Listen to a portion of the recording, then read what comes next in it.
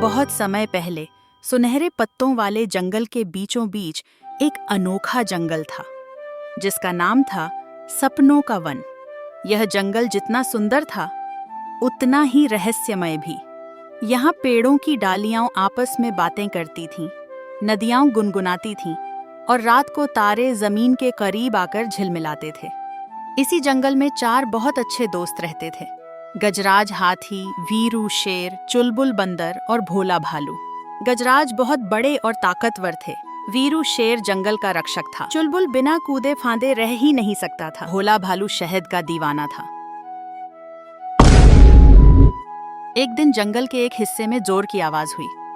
गजराज हाथी, वीरू शेर, चुलबुल बंदर और भोला भालू, चारों दोस्त दौड़ते हुए वहां पहुंचे।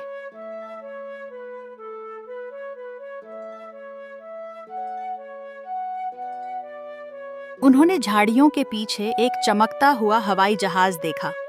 उस पर अजीब सी भाषा में कुछ लिखा था और उसकी खिड़कियां सितारों की तरह चमक रही थीं।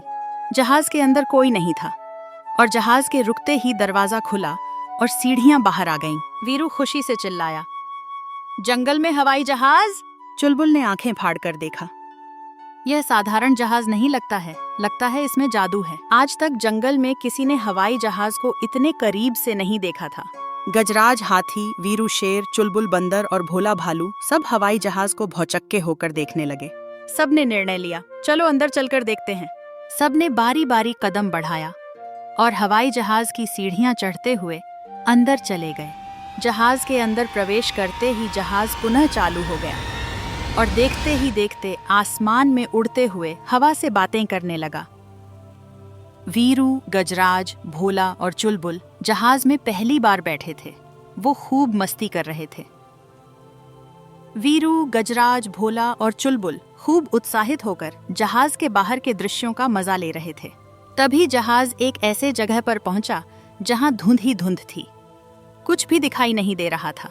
बाहर का दृश्य बेहद खौफनाक था। तभी प्लेन से एक आवाज आई, इसे शैतानों का घर कहा जाता है। यहाँ बड़े बड़े शैतान रहते हैं जो किसी भी इंसान या जानवर को जिंदा ही खा जाते हैं। जो सच बोलता है वहीं यहाँ से आगे जाता है, वरना नीचे गिरा दिया जाता है। अब तुम्हारी बारी है। एक एक कर सबको अपने दिल की बात कहनी थी। पहली परीक्षा पास हुई। जहाज धुंध को पार करके बादलों में समा गया। थोड़ी ही देर बाद अचानक ऐसा सागर आ गया जहां कोई आवाज नहीं थी, न लहरों की न हवा की। यहाँ जहाज पानी के ऊपर रुक सा गया। तभी पानी के ऊपर चमकते अक्षर उभरे, सुनना सीखो तभी रास्ता खुलेगा। सब चुप हो गए। उन्होंने एक आवाज सुनी, जो दूसरों की मदद करता है, भगवान उसकी मदद करता है। धीरे धीरे जहाज आगे बढ़ने लगा।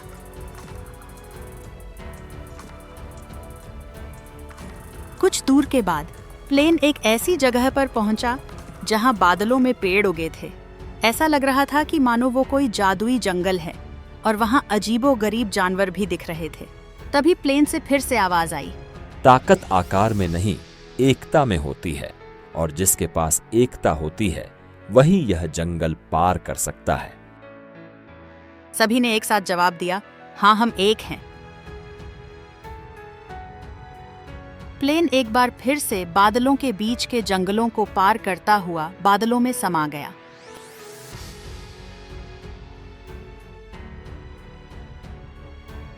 अब यात्रा पूरी हो चुकी थी। जादुई जहाज वापस पुनः जंगल लौट आया। वीरू, गजराज, चुलबुल और भोला सीढ़ियों से बाहर निकले। तभी जहाज से फिर से आवाज आई, मैं तुम्हारी परीक्षा लेने आया था। तुम अपनी परीक्षा में सफल हुए। वाकई तुम चारों बहुत अच्छे दोस्त हो। अलविदा मित्रों। इतना बोलकर हवाई जहाज धीरे धीरे रोशनी बनकर आसमान में घुल गया।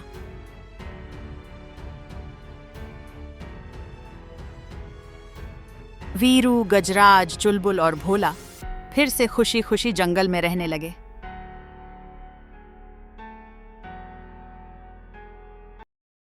तो दोस्तों, इसी तरह की जादुई कहानियों को रोजाना देखने के लिए हमारे इस ड्रीम टेल्स चैनल को अभी सब्सक्राइब करें।